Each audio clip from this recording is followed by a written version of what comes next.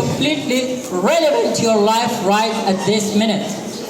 And you won't necessarily succeed at everything the first time you try. That's okay. Some of the most successful people in the world are the ones who've had the most failure. J.K. Rowling, who wrote Harry Potter.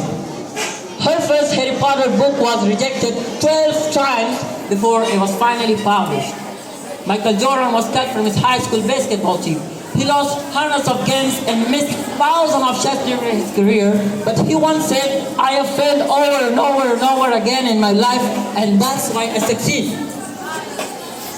These people succeeded because they understood that you can't let your failures define you. You have to let your failures teach you.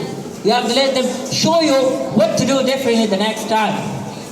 So if you get in trouble,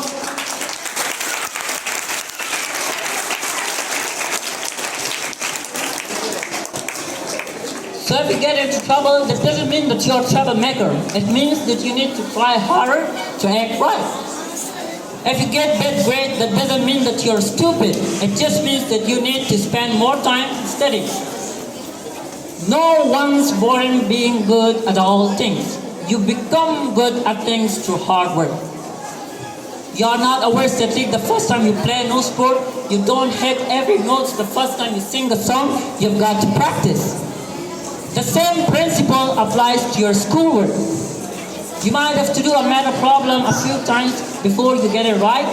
You might have to read something a few times before you understand it.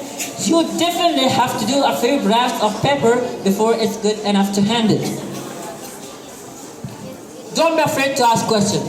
Don't be afraid to ask for help when you need it. I do that every day.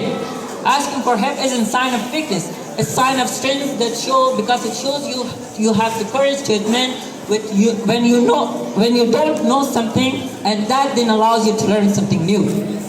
So find an adult that you trust, a parent, a grandparent, a teacher, a coach, or a counselor, and ask them to help you stay on track to meet your goals. And even when you're struggling, even when you're discouraged, and you feel like other people have given up on you, don't ever give up on yourself. Because when you give up on yourself, you give up on your country.